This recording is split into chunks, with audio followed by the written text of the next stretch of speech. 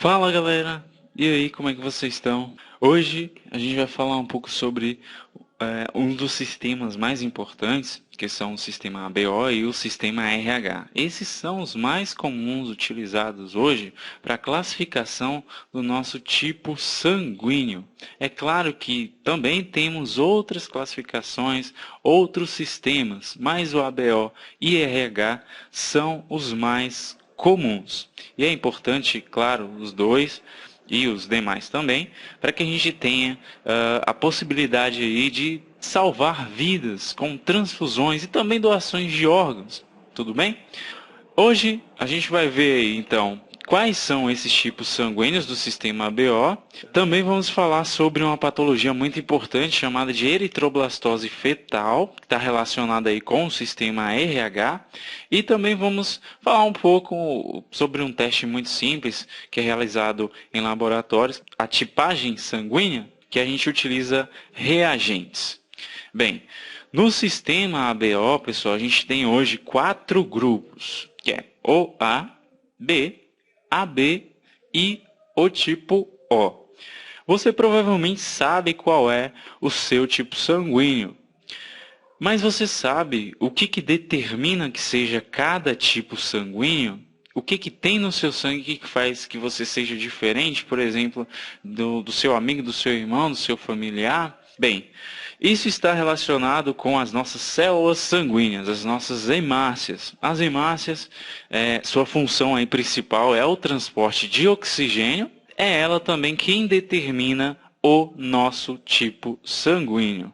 Bem, no sistema ABO, a gente usa a presença de determinados carboidratos na superfície dessa hemácia para classificar nesses grupos. No sistema ABO, pessoal, os antígenos que estão presentes recebem o mesmo nome do tipo sanguíneo. Exemplo, tipo A. Vou ter lá na minha hemácia o carboidrato ou açúcar A. Certo? Então, se o indivíduo tiver esse açúcar na sua superfície, é do tipo A. O tipo B, a mesma coisa. Representei aqui em círculo. Na hemácia, se a gente encontrar esse antígeno, ele vai ser representante do grupo B. No entanto, nada é tão exato assim nos sistemas biológicos, como a gente já sabe. O que eu quero dizer com isso? Que no tipo A ou no tipo B, eu posso ter outros carboidratos. Por exemplo, aqui, no tipo B, o que predomina é o B, certo? Isso é fechado. Agora, eu posso ter antígeno do tipo A também, só que vai ser em menor quantidade. Vale para o A ou para o B. Tudo bem? Bem, o tipo AB é exatamente a combinação do A, dos antígenos presentes na hemácia do tipo A, e também do tipo B. Então, nessa hemácia vai ter os dois. Agora, o tipo O é exatamente o contrário. Não vamos encontrar nenhum carboidrato presente. Temos até um distúrbio aí relacionado com o tipo sanguíneo O, que é chamado de falso O. Mas isso é assunto aí para próximo vídeo. Bem, outra pergunta aí. Você sabia por que um tipo A ele não pode receber sangue do tipo B? Bem, isso, pessoal, está relacionado com a produção de anticorpos. Isso está relacionado com a defesa do próprio organismo. Então, nos grupos sanguíneos, eles vão estabelecer também relações entre si com a produção ou não de anticorpos, um contra o outro. E aí a gente consegue estabelecer quem é que pode receber sangue de quem é que pode doar para quem. Então, iniciando aí com o tipo A. O tipo A, já sabemos que tem lá nas suas hemácias o antígeno, o carboidrato A. Então, esse grupo A, no seu plasma sanguíneo, pessoal, o que tem? Tem anticorpos contra o grupo B. Com isso, a gente já pode dizer aí que o grupo A não pode receber sangue do grupo B, porque na sua superfície tem antígeno B, que vai acarretar aí a ação desses anticorpos. E esse indivíduo aqui pode até vir à falência por isso. Logo, também, o tipo A não vai poder receber do AB, porque, embora tenha antígeno do tipo A, ou carboidrato A, também tem carboidrato B. que vai acontecer a mesma coisa. Tudo bem?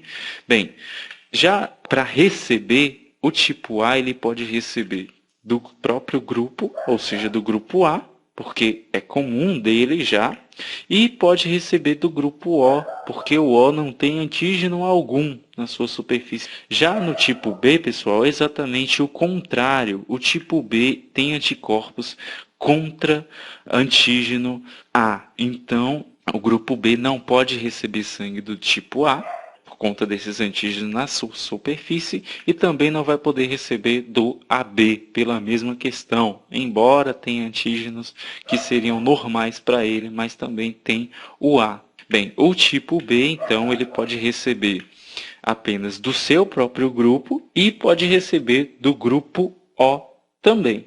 Já o tipo AB, pessoal, o que acontece? Ele não vai gerar anticorpos para ninguém. Isso por quê? Porque se ele fosse gerar para o grupo A, ele atacaria a si mesmo, já que tem antígeno na sua própria hemácia. O mesmo vale para o antígeno B. Isso significa então dizer que o tipo AB ele pode receber de todo mundo, pode receber do A, do B, AB e também do O, certo? Por isso que o tipo AB ele é chamado de receptor universal. O tipo O, pessoal, ele é o mais solitário. Porque o tipo O ele produz anticorpos contra o A e o B. Então, ele não vai poder receber de nenhum dos três grupos, nem do A, nem do B, nem do AB. Porque aqui vai ter antígeno A, o B, porque também vai produzir contra o carboidrato do tipo B e também vai produzir para a somatória dos dois, é a mesma coisa. Lembrar que o O aí, ele não tem nenhum antígeno, mas vai produzir anticorpos contra os grupos restantes. Logo então, o tipo O, ele só pode receber do seu próprio grupo. Ele só tem um grupo para poder receber esse sangue, que é de si mesmo. É o mais solitário, como eu disse. No entanto, um detalhe importante aí do tipo O, se você voltar aí o vídeo, vai perceber que ele é o doador universal, ou seja, ele pode doar tanto para o grupo A, para o B e para o AB. E aqui é uma tabela só para resumir o que a gente já falou, só para recapitular aqui. Como eu disse, ó, o grupo O, como eu disse, ele está presente em todos, certo? Ele pode doar tanto para o A, para o B, para o AB e para ele mesmo. Já o AB, certo? Ele é o receptor universal. De todos os grupos ele pode receber essas doações. Bem, falando agora sobre o sistema RH, esse ocorre basicamente com o mesmo princípio do sistema ABO. O sistema RH ele foi descoberto graças a testes realizados em macacos rhesus. Aliás, o nome de RH é em homenagem ao macaco, aqui do início de rhesus. E é o mesmo princípio como eu disse. A gente vai ter uma hemácia, pessoal, e nessa hemácia a gente vai localizar o fator RH ou não. O RH ele é uma proteína, certo? Que se não presente na hemácia, a gente diz que o indivíduo é RH negativo. E se presente na hemácia, a gente diz que ele é RH positivo. Sendo positivo, a gente vai ter a produção aqui de anticorpos e podendo ter aí a reação transfusional, que é um pouco diferente, porque no RH a gente vai precisar de uma sensibilização.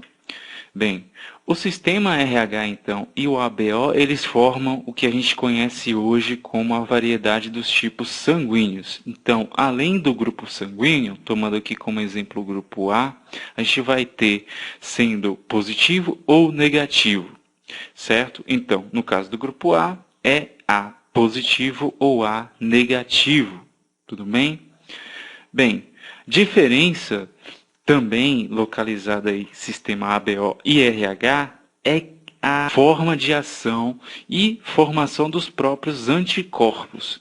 Bem, no sistema ABO a gente viu que os anticorpos eles já estão prontos. eles já estão presentes no plasma sanguíneo do indivíduo. Isso por quê?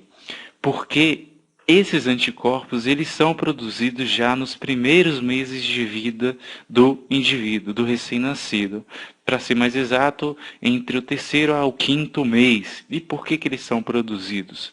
Porque esse indivíduo, ele vai ter contato com antígenos ditos naturais, como poeira, pólen e até mesmo de bactérias presentes na microbiota normal do trato gastrointestinal, por exemplo. Ou seja, eu vou ter, por exemplo, bactérias que têm antígenos que são parecidos com os antígenos que estão nas hemácias. Então, por isso que eu já posso ter a produção de anticorpos, produção deles já no plasma, certo? Então, lá no início da vida. Bem, já no RH, pessoal, a gente vai precisar de uma sensibilização. Não é igual no ABO, eu não vou ter antígeno natural para produzir esses anticorpos. Para um indivíduo produzir um anticorpo contra o RH, a gente vai precisar que esse indivíduo tenha o contato direto. Bem, para esclarecer melhor como é que funciona o RH, vamos tomar o mesmo processo aí de transfusões, tomando de início o indivíduo que é RH positivo. Vou usar aqui o grupo B, certo? Então, sendo o grupo B e RH positivo. Esse grupo, então, ele poderia receber o sangue de qual outro tipo? Poderia ser de um O, mas vamos tomar aqui só focando o RH. Então, vai ser também de um B positivo. Então, não vai ter produção de anticorpo porque ele mesmo já tinha um antígeno. Então, o corpo não vai produzir, não vai ter reação. E também pode receber do B negativo. Isso porque o negativo, lembrar que não tem a proteína, não tem o fator RH na sua superfície, certo? Bem, agora, se o indivíduo ele for RH negativo, ele pode receber de quem? Do seu próprio grupo, é claro, então B negativo nesse caso, e no primeiro momento, pessoal, ele também vai poder receber do B positivo. Claro, esse processo aqui é só para o primeiro processo e não é muito utilizado porque é só em recorrência de casos urgentes. Por exemplo, se eu não tiver o B negativo, eu vou poder usar o B positivo, certo? Porque o paciente está correndo risco de vida, por exemplo. Então, nessa primeira produção, nessa primeira transfusão, o que vai acontecer? O indivíduo ele vai ser sensibilizado a produzir os anticorpos. Essa produção é demasiadamente lenta. E eu não vou ter, por exemplo, uma reação transfusional. Agora, se ocorrer uma transfusão subsequente, o que vai acontecer? Como eu já vou ter os anticorpos produzidos, esses anticorpos, logicamente, vão atacar a proteína aí na superfície da minha hemácia e esse paciente ele vai correr um grande risco de vida, ele vai correr um risco aí de formação de trombos, mesma coisa lá do sistema ABO. Então, só para recapitular, o RH, diferente do ABO, precisa de uma sensibilização, porque eu preciso do contato direto com o antígeno. No sistema RH, eu não tenho os anticorpos já prontos. Bem, aqui temos então a famosa eritroblastose fetal, que é uma doença relacionada aí com o sistema RH. Bem, como é que acontece? Obrigatoriamente, pessoal, a mãe ela deve ser RH negativo e o feto, o bebê, ele deve ser RH positivo. Em uma primeira gravidez, o que ocorre? Nesse momento aqui, quando o bebê ele ainda está no útero, ele não tem contato com o sangue da mãe. Não há mistura de sangue, não há contato, então, da mãe com o sangue do filho. Então a gente não vai ter aqui a produção de anticorpos. Essa sensibilização que a gente já falou, ela ocorre na verdade no momento do parto, onde a gente tem a ruptura de vasos. Então a gente vai ter agora a mistura do sangue do bebê com o sangue da mãe, certo? Isso vai fazer quê? Com que haja aquela sensibilização e a mãe comece a produzir os anticorpos. Claro, esse bebê aqui que já saiu, ele não vai correr risco, certo? Porque os anticorpos estão produzidos depois do parto, tudo bem? Agora, o problema está se essa mesma mãe, ela tem um segundo filho que também seja RH positivo. Por quê? Porque esses anticorpos aqui, eles conseguem atravessar a placenta. Esses anticorpos seriam, no caso, de tipo IgG. Para você que se recorda, os IgG são os anticorpos que conseguem atravessar a placenta.